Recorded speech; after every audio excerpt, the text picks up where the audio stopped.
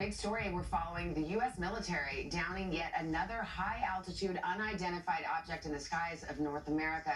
This is the fourth time in just over a week. It's led to a lot of new questions and concerns from lawmakers and people all around the country. We've got two reports on this mysterious new trend. Let's start with NBC's Tom Costello. Tom, good morning.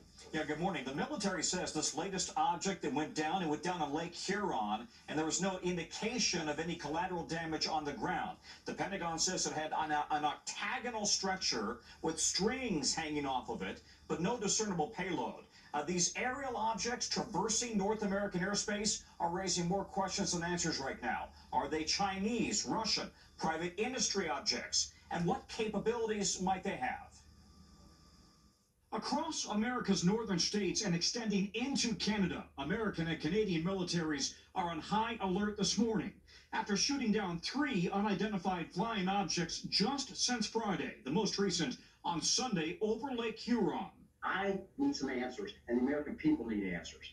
Huron capped a dramatic weekend. U.S. fighter jets targeted and shot down objects over Alaskan waters on Friday, then the Canadian Yukon on Saturday.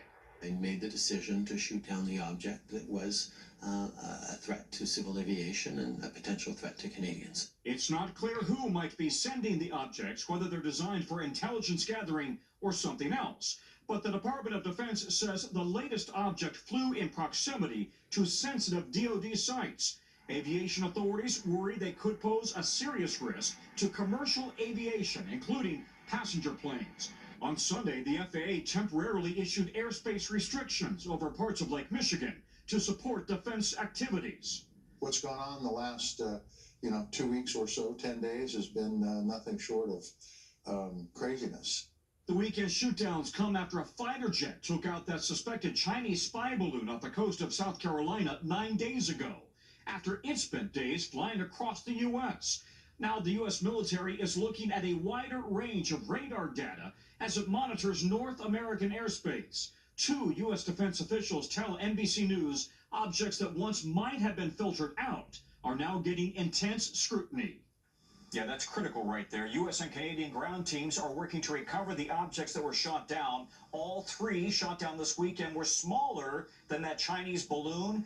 By the way, the Chinese Foreign Ministry this morning says the U.S. is hypocritical, since the U.S. has flown high-altitude balloons over Chinese airspace 10 times, they say, since last year alone. Savannah, back to you. Tom, thank you very much. For more on this, we're joined now by Jeremy Bash, former chief of staff at both the CIA and the Pentagon in the Obama administration. Jeremy, how do you explain, how do you analyze this uptick in events where we're shooting down unidentified objects? We know the first one was from China. We don't know too much about these others. Well, with respect to these 3 over the weekend, Savannah, I think we've got better computing power, better artificial intelligence, so we can look at these objects, detect them, and characterize them. But the reality is, after that Chinese surveillance balloon, we're just on a higher alert posture. And so the rules of engagement are assume hostile intent, and if you're in doubt, shoot it out of the sky. And will we be able to gather intelligence about what these objects are? I think we will, both from the video of the pilots coming close to these objects, as well as any debris we can collect from the ground. And so what do you make of China's reaction here with respect to the Chinese spy balloon? They still say it was an errant weather balloon off track.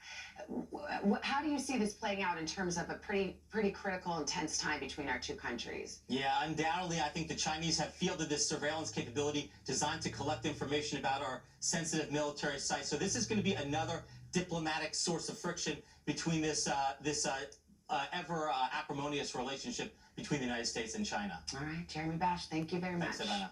All right, meantime, today,